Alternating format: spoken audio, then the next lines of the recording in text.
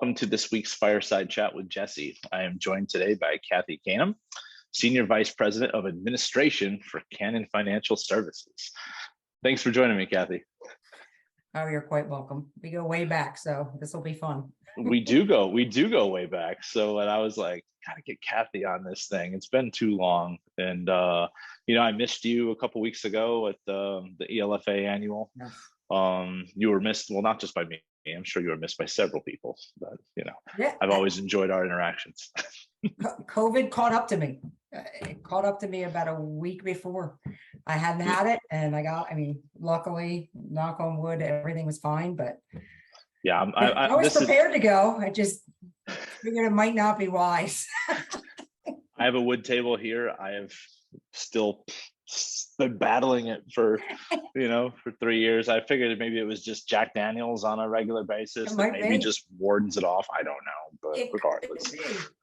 Well, I know early in COVID, I definitely was on the train of thought that more alcohol definitely was keeping it away. What was it? And I know we're going a little bit off here, but we got to have some fun, right? So what was interesting is everyone was talking about that. They're like, oh yeah, liquor sales are up. And here I'm like moving houses, and there's a 3-year-old. Was Roy 3? I think she was 3 at the time. I don't know. She could have been 2. And it's like, oh, these things. And it's like, no, I have to go get, schools are still open here. So it's like, I can't day drink. And then like, this sucks. This isn't working. This isn't working. When can I start? Can you pick up the kids today? Okay. Bloody Marys. Let's go. But Kathy, for the people on here that might not be familiar with yourself, do you mind just kind of discussing your career to date? Sure will. I started my career in leasing over 28 years. It's very close to 30. It might be over 30, but I'm not going to count it anymore. I started it with First Fidelity Leasing. If anybody remembers that goes way back before all the bank mergers were occurring.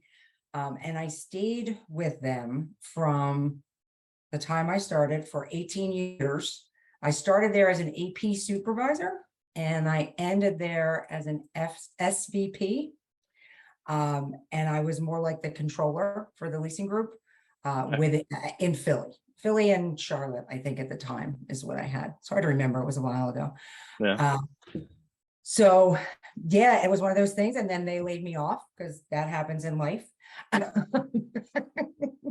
They laid me off, and I ended up going to CFS, where I started there as a senior manager. So if anyone is ever worried about, titles and all of that, you can tell I'm not as big on them, because I went from a senior vice president to a senior manager. And I think I'm allowed to say, because nobody knows what I get paid, but I ended up getting a lot more in salary becoming a senior manager. So it worked out for me. Right. It's like at this I point didn't care what they called me. Just like whatever. Like, give me a janitor title. Just show me the money a little bit. It's like at this point here. Show me the money. Call me whatever you want to. Just pay me. So I started there as a senior manager of accounting. That was 11 years ago.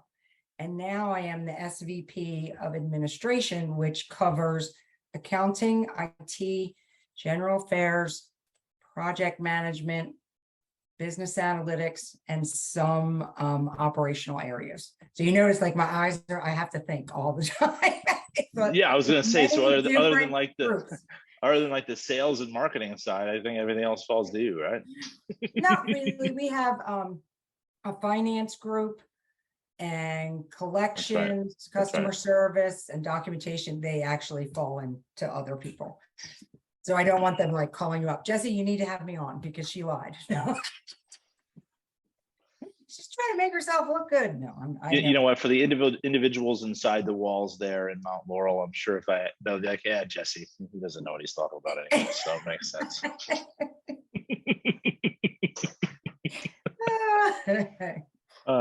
Well, that's awesome. Well, thank you for that introduction. I mean, while we're on the whole Philly train right now, this will air the first Wednesday in October or November. I was going to say, go Phillies. So yeah, no, I mean, it's at that point there, it's like, congratulations. I hope so. We'll see. I hope so. We were talking about having a meeting on, I think it was November 3rd. And I said, well, if the Phillies win in 5, which by the way would be some sort of miracle, but if they win in 5, that meeting, I said, is going to be really interesting because people are not quite going to be there.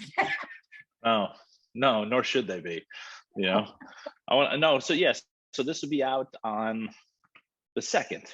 Okay, so it'll So be before, I mean, unless they sweep or Yeah. get swept, which are that won't happen. They won't get No, swept. nah. I mean, I was watching those games, and obviously I know several people that I think went to every single one of them Yeah. in Philly, and that atmosphere is just crazy. They are. My niece lives in San Diego, and so clearly we were playing the Padres, and she was like, I don't think they really know how to like cheer there. They don't, it's not the same thing. You guys really have it down. I go, well, we've had a lot of years, a lot of pain, and we've learned a lot. That though is, it's like a big old party. I don't even think people are watching. They're just like waiting for something to happen. They just start screaming, jumping up and down. Somebody else I'm is like, screaming. Okay. let's go. All good. All good. Yeah, you're in the moment. You're in the moment. Yeah, it's a lot of fun. But so let's talk Canon Financial, if you don't mind. Yeah. Do you mind just kind of giving a brief overview? I mean, I'm sure the majority of people understand Canon. It's a pretty household name, but just talk about the captive finance organization, if you don't mind. It's actually funny that you say that, because when I meet people and I say I work for Canon Financial Services, they think I'm saying Canum, because my last name is Canum. Ooh, I see what you did there. So I'm like, no, Canon. And then they still kind of look at me.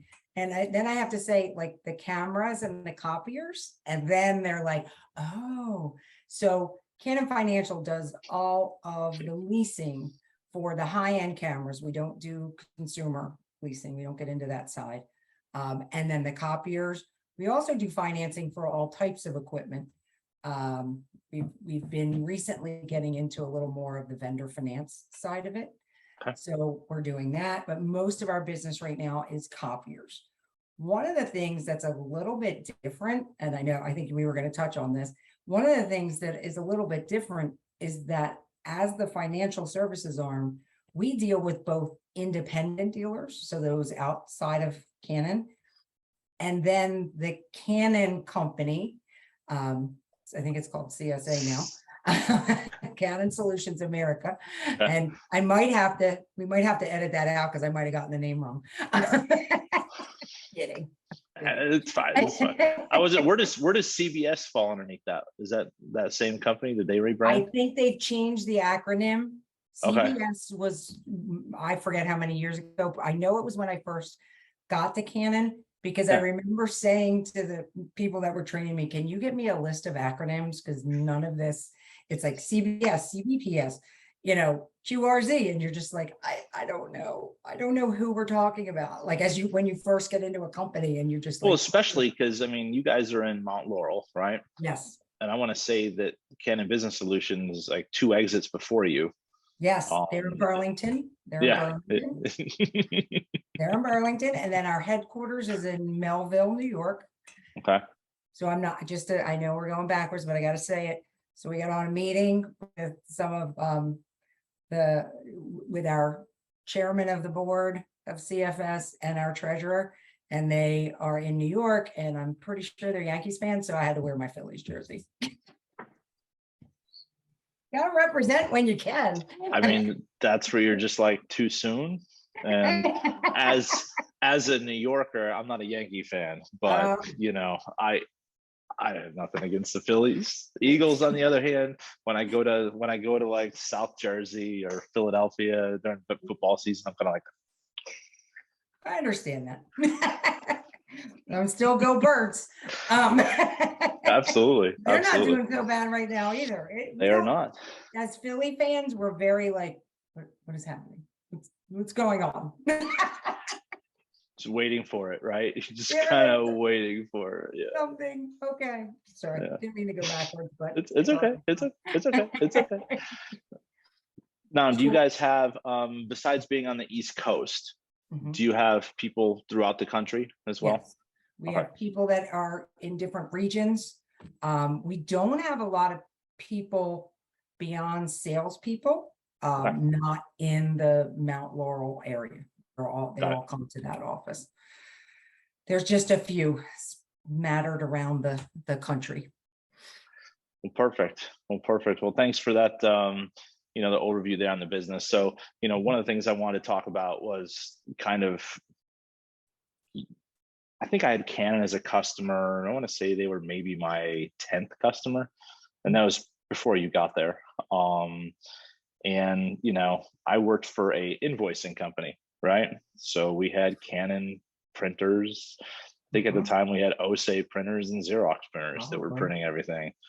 And it was kind of one of those things where it was, how many people like to print and mail invoices anymore? Like, I don't like anything in the mail. And it's also these little things here, right? Yes. So I think of the resiliency of a captive like yourself and coming up where it's like, okay, the cameras were, I think, what started Canon, right? And then went to the copiers. And now it's like, okay, are people still printing? I know I want to touch a little bit later on. If no one's in an office, who's going to be printing anyways? So over 2 years in COVID, it's like, these things on. Yeah. So let's touch on the printing first, just because that's kind of in my head. One of the things that we have noticed, and it's what I think people expect, is that when people are going to refresh their fleets, they're not getting as many machines. That we have definitely seen that.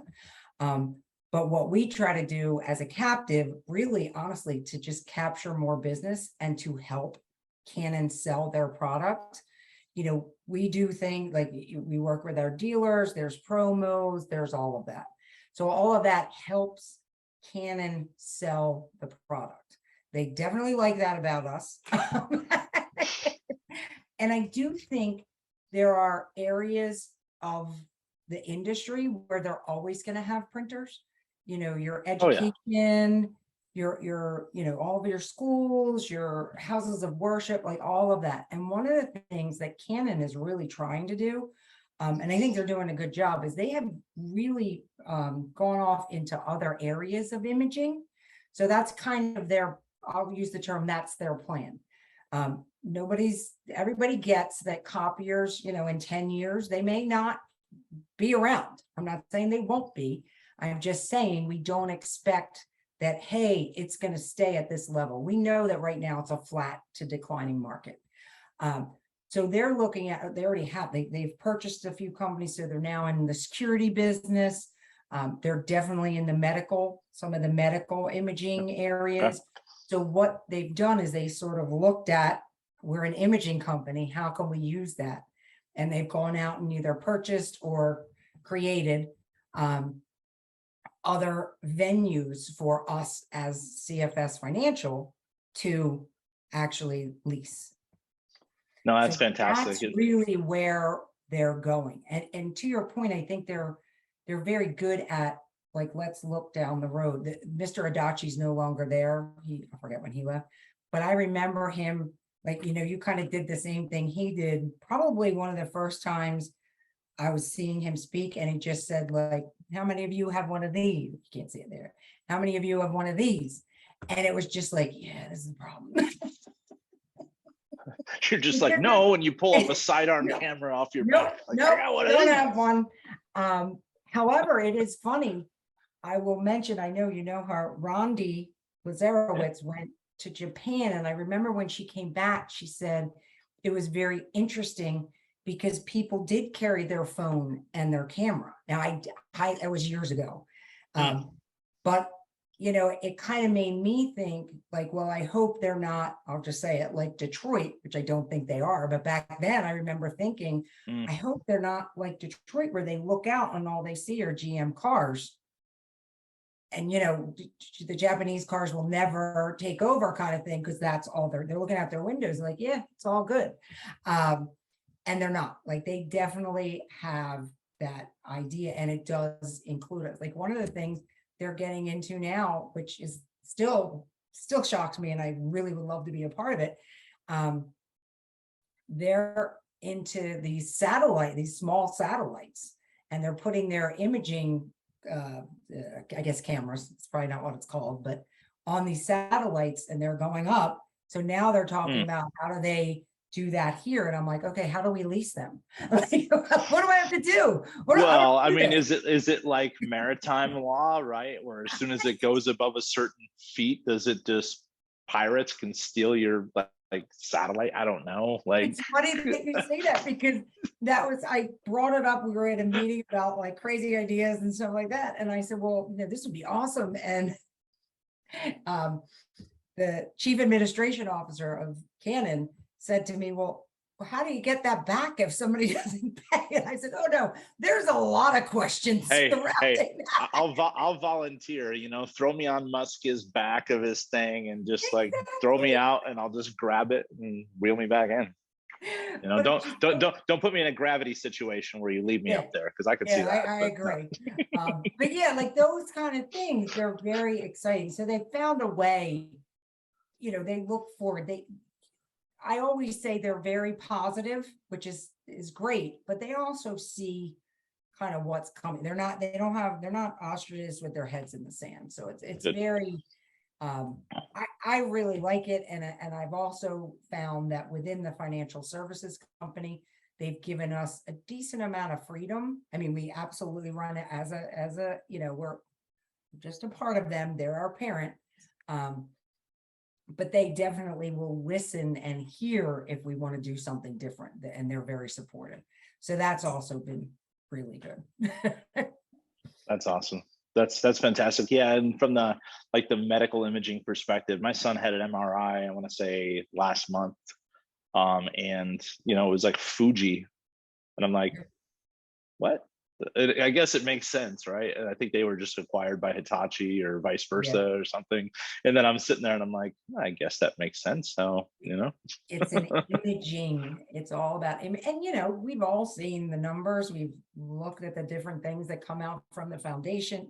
Medical equipment is definitely something you kind of don't want to miss out on when it comes to leasing or manufacturing or whatever. Yeah. Well, and it's not like that need's not going anywhere. Exactly. Yeah, we're all getting older. And again, I might have had this. You can't tell. There might be some help here. I don't think there is any help here. My hair used to blend in with my fireplace, but now I think it's just silver.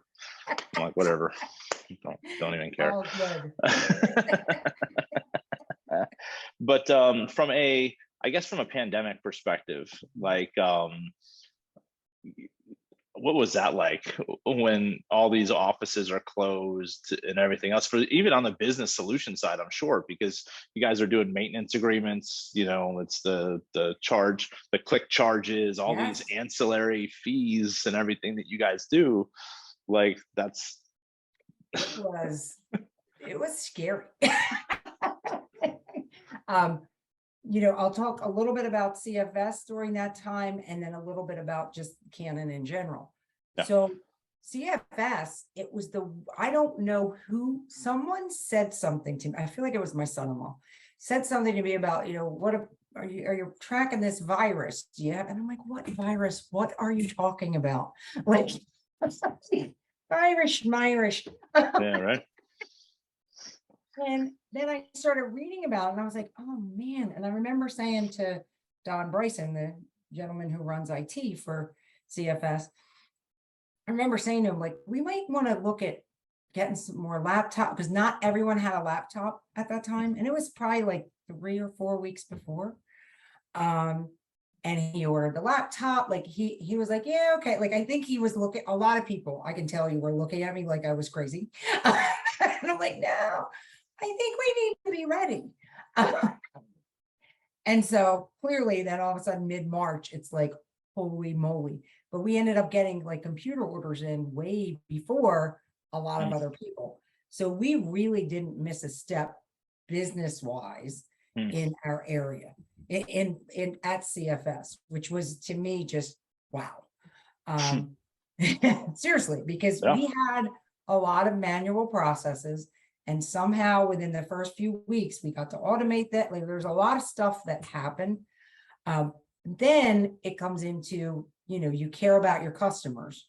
They're struggling because they can't, especially if they make magazines or they're anything in the print world, if they're print shops, like, you can't just be like, you're delinquent pay. It doesn't play well in the pandemic. We had to really work with customers to make sure that they were covered. And, let's not lie, some of them just called and said, yeah, we're having problems, and they probably weren't, but we don't know. So we just had to work with them, which is absolutely fine. I get it. We tried that with a few people, and they were like, well, that's great, but then you're going to add 3 months to your contract and you're going to get charged. And we're like, never mind, we have the money. What is this extension fee? I don't What understand is this. What is this nonsense? This is nonsense. But then for Canon as a whole, it was a severe problem. I will say, I mean, if you take a look, like, it was a very big problem because, as you said, click charges, that there were hardly any. There were some, but there were hardly any. And if something went wrong, like getting our people into the building was a nightmare, because you can't. And there were actually schools, universities that wanted us to come in to install machines, because they're like, wow, this is like literally that happened, where people were like, this is the perfect time because the kids aren't here, no one's here. And then trying to coordinate and get people to be able to go in was just, holy. We did it. I think they did a great job through the whole thing, but it wasn't the easiest. And, I still think about the pandemic and go, holy moly. I remember when we went out and somebody said to me, well, how long do you think we'll be out? And I was like, I don't know, like maybe 3 to 4 weeks. That's how much I knew. Yeah. I always tell people, they're like, well, like, how do you get, I literally thought that. I thought there was no way it was going to be. Somebody would have said it's going to be 18 months to 2 years. I would have told them they were out of their mind. Yeah, no, I was the same way. I mean, Brooks in medicine, and she brought it up, and she's like, oh, all this stuff, we should have to be worried. I'm like, nah. And then, I was in Mexico in late February, and I noticed that the airport was like almost empty. And then I'm kind of like, okay, this is a little different. And then there was this, you can track it online, where it was like number of global cases. Yes. And I'm sitting there, and it's like, I got a drink in my hand, and I'm like watching it. It's like, oh, it doubled. Oh, it doubled. Oh, it's only 100,000. The next day, it's like 1 million. You're like, huh. Am I gonna get home? Yeah, but now here we are. So from an office perspective, I know you have that beautiful facility there in Mount Laurel. Like, how full is it? We actually, our company policy is 2 days a week in the office, 3 days a week working from home. For culture reasons, they want to make sure everyone's in on the same days. So we don't have, you can come in Mondays and Wednesdays, and you can come in Tuesdays, Thursdays. It's everybody's in pretty much on Tuesdays and Wednesdays. Okay. And it's very funny because I just had a conversation with Mr. Ogawa, who is the president of Canon USA. And we were talking about, because, budget season's coming up, and we're looking at this and that. And, you kind of say, we could have a smaller office building and save a lot of money. And he was pretty adamant that, I don't want to give up culture for money. And it was, he was pretty passionate about it. So I thought that was really neat, because he said, cool. You can't instill that. And I will say, like, I can see a difference in employees, and not necessarily in a bad way. It's just different, because I think we said we had about 35% turnover over the last like 3 years. And you can just see the difference. Like people aren't as interested in doing like, okay, we're going for happy hour, we're doing this, we're doing that, come join us for bowling, whatever. I think people just have changed a little bit, and they're not as interested. But I think, as you know, like if you're not connected to the company or the people, it's hard to keep people for a long time, like because they're just like, well, let me see what else is out there, you know. Good for them, not good for us. Yeah, exactly. Exactly. No, and that's one of those unique things. So are you seeing that like the younger kids, or I guess younger employees, I can't say kids, younger employees are more likely to go to these events, or are they just? I do think that there are, but I think we have to find, I think culture is one of the hardest things, to be honest. Like I don't know what any of the answers are, but I think that people need to just feel a little more comfortable. One of the things that we're thinking about doing is maybe having some in-person events in the office, like maybe a group of 10 or a group of 15, just have like random from all different departments, so that people start to know each other. Because we've found that if you say siloed, it's just not good for the company. It's just not, which is why I understand why Mr. Ogawa wants us to be in the office too. Like, I do get it. Sometimes I'm like, why can't we just work from home? I like working from home. But I do, See, as a manager, I get it. well, for me, it was like stir craziness, right? I mean, Yeah. like it's just wait. I've always worked from home, right? So it's like, okay, now it's Yeah. what's going on? I want to be around people. This is going Yeah. nuts. Like, come on. Yeah. Well, I think, to your point about young people, I have a friend of mine, it's their daughter. She is 24, I think, and she's an engineer, and she was like losing her mind because she wasn't able to make friends at work. Like, because she's like, I'm at home with my mom and dad. Like, that was not my plan. Oh, went to school to get away from you people, not stay here. So when they were looking to send her to different jobs or whatever, and she was like, I need a place that's not remote. I want to be in the office with people. So I think you kind of have, it's like anything else. You're not all young people are going to want to come in the office, right? And not all young people want I to just stay I home. just think of the location in the country and where you're at. I mean, Yeah. what do you say? I mean, your average commute probably to your office is at least 30 minutes. Yeah, I think it's So between, I think we've actually run those numbers. And I think it is between 25 and 30 minutes.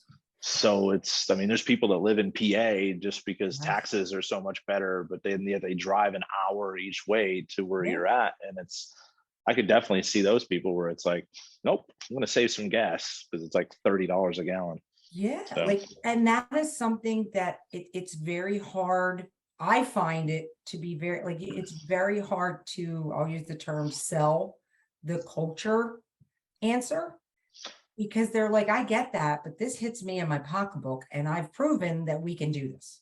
Do yeah, you know what I mean? yeah. So you put you in a very different place as a manager. It's because I honestly understand both sides of the argument. I get it. Because now I've moved, I sold the big house and I live at the shore now. So now my commute is about an hour and 10 minutes. So like tonight, I'm thinking about, oh, tomorrow I have to drive. I put a book on, tape on, and off I go. But Yeah. the other side of it is, and I've had these conversations with people when they're kind of going to, why can't we just completely work from home?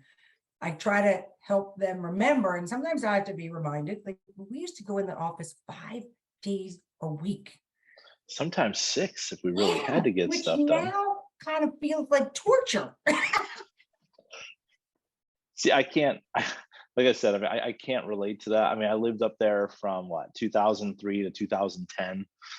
I did the Northeast traffic, Yes. and Oh, no, I was over that in 2010 when I moved out here. But even out here in Arizona, I mean, if you don't time things appropriately, you're SOL. yes.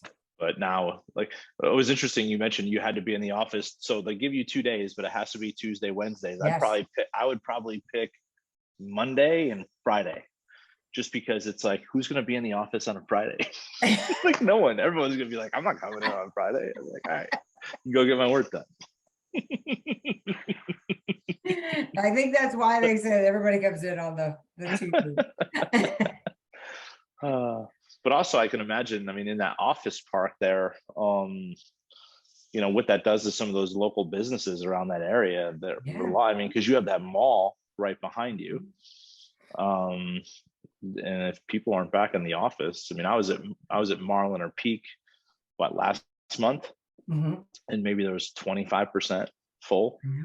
It's very scary for just, I guess I'll just say, like, businesses as a whole, because all of those, like, you think about if you're in Philly, you think about even where we in Mount Laurel, which is just a suburb. I'll just say Yeah. it's like a suburb of Yeah. Philadelphia for people who don't know that. Like it's a suburb.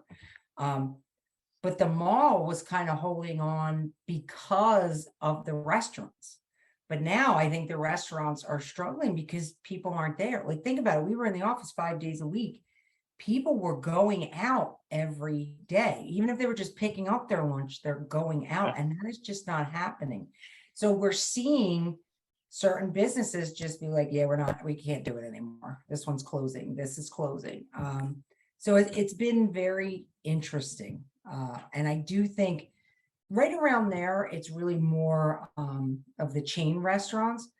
I'm watching to see some of the mom and pop shops, how they fare through it. Because I know here, I'm in Ocean City, New Jersey, and I'm seeing here that a lot of businesses that have been here for years and years and years are shutting down this year. It's been very strange. And they're big names if you come to Ocean City. Yeah. And a Yeah. lot of them said there was a few reasons. Just the costs of everything. Their margins are now so slim that it's not worth. And they've even said things like the one was a bakery, and they said, they can go to the grocery store and get a cake. Like, so people, the foot traffic isn't the same. And then of course, they can't get people to work. I still see signs like this is closed. We're closed due to not having enough employees. Like it's. Yeah. The staff shortages are something that just amazes me, where I'm like, what's going on here? It's obviously it's like our population's declining. Yeah, I have this theory, and honestly, I've done zero research on it, so it may turn out to be completely nutsy, which I'm okay with, and I'm okay with saying it. But like, it seems like, and I know there's, we have the big population that are baby boomers. Like, did a lot of them retire? Did they just say we're done? Because, or are kids just not working? Like younger kids, like 18 and under, like something is happening, because it's not like money's going out the door every week so that people can live.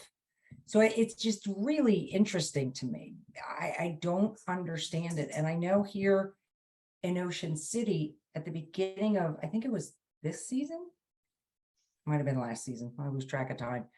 They went to the high schools and they like pleaded with the high schools and the parents, like, look, we live off of this. This won't be here if we don't have people to run the rides, if we don't have people. And apparently they did rally around, but like in normal time, like, would they work? I don't know. It's just it's a really weird time right now, is how I see it. It's a really weird time. It's very fair. It's a fair statement. One thing I wanted to make sure we covered today was the top women in leasing designation that you got. I believe it was it last year? Was it the year before? It was last year. Yeah. So congratulations. Again, I lose track. I gotta look things up in an email, and I'm like, oh, well, I guess that makes sense. No. But let's talk about that, Kathy. What was that like? Because obviously people have to nominate you for that. Yeah. So what was that like when you got that email from Rita? It was, I mean, I was really excited, and I mean that. I was honored, I was humbled, and honestly, I don't think I had ever seen, or maybe I passed by, the emails that say, you need to nominate someone. So I remember seeing the people in them before and be like, wow, these women are amazing. So to be a part of that, it really was a big deal. I mean, it was absolutely a big deal to me. I think whenever you kind of, get called out a little bit for doing a good job or getting where Sure. you've gotten, Sure. it's never a bad thing. Like, you don't feel like, oh, this sucks. Right. But it's also funny because one of the things I know for a fact is I couldn't have gotten there without all the people that have worked for me and who I've worked for. So I think a lot of times people see things and they think that person did it all on their own, and they don't. They can't. That's not how it works. No, I mean, that's spot on. I mean, this is the third organization that I've worked for in equipment finance, and I've always been on the business development side, and I have a pretty good track record of growth in the three places I have, but it's not because of me. If I didn't have the right people behind me or next to me, then I wouldn't be here. I mean, I would be, but maybe I wouldn't. People would be like, "Oh, you sold me this product and it sucked." I'd be like, "Well, yeah, sorry." When you call to do these chats, people are like, no, I'm not even taking this. Don't take his call. Positive news only, please. Positive news only. No, I mean, it's true. I don't care who it is. They're not getting there by themselves. They're just not. No. So it's something that I'm sure they didn't feel like it, but I felt like it was something to be shared. So that's kind of how I felt about it. Well, congrats again on that. Thank you. So I guess my final question I have for you, putting you on the spot here. Just kidding. A little fun fact about yourself, Kathy. Well, I always say I don't have any fun facts. I don't know. Come on, you're a lot of fun. Come on. Hold on. I would rather tell a story. And are you ready? I think you'll enjoy this. I don't know if you remember it, but I do.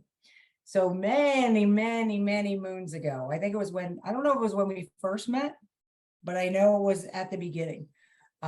You took me and I don't know how many other people out to dinner. And then there were cigars and wine afterwards. And I was drinking and I was having a great time. And I was like, yes, totally going to have that cigar with you. I'm going to have that whiskey. Life is good. There was like 4 or 5 of us. I don't even know. And I got up to go to the bathroom. I'm very transparent. I got up to go to the bathroom and I was like, oh my God, I can barely stand up. And I did a full Irish goodbye on you. I mean, it was full on Irish goodbye. I don't know if I could call a cab, an Uber, but I was like, I can't go back in there. I can't even talk. 11 years later, I finally got to the answer. Do you remember that? Oh my God. Of course, because I think I stumbled out. I don't even know what restaurant. I'm surprised I got back. Because I mean, it's just, I mean, when you're at events like that, you have a cocktail before dinner, and the wine's just flowing, and you really don't understand because you're just laughing pretty much the whole time. Your face hurts, and then you stand up and you're just like, I can't do this anymore. That is literally what happened. I stood up and I was like, oh no. Now the problem that I have is when I say that to myself and I'm like, well, I can't leave. Well, you can't leave. Yeah, right. It's like, I can't leave. I guess I gotta ride this one out. So I guess that's my fun fact. I am really good at an Irish goodbye when I need to. Hey, you know what? You own it, okay? You own it. That's the biggest thing. You don't have to worry about Kathy ghosting you. She'll ghost you, and then the next day she'll be like, by the way, I ghosted you. So by the way, just so you know, this is what I did. That's all you want. That's all you want. I'm sitting there, I'm like, I know I have to control this, so. Oh, there's awesome. A lot of other weird fun facts, like dancing on tables and all kinds. Nope. No, this industry, it's what is it, the Hotel California, Yeah. Yes. Once you get into it, you don't leave, and all of a sudden it's like, wow, that person No.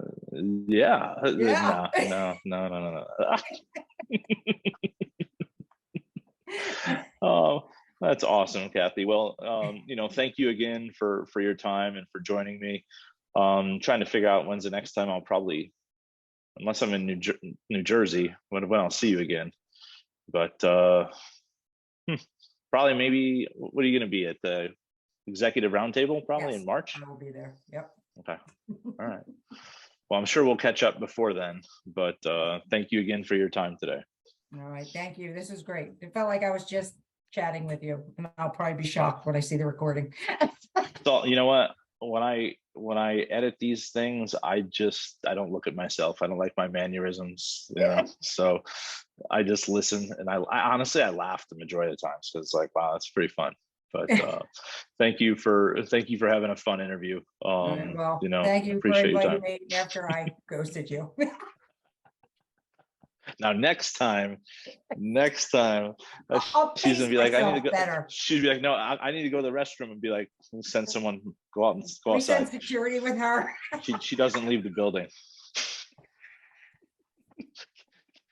Give me your phone. I love it. Perfect. All right. All right, Kathy. Thank you. Have a good one. All right. Bye-bye.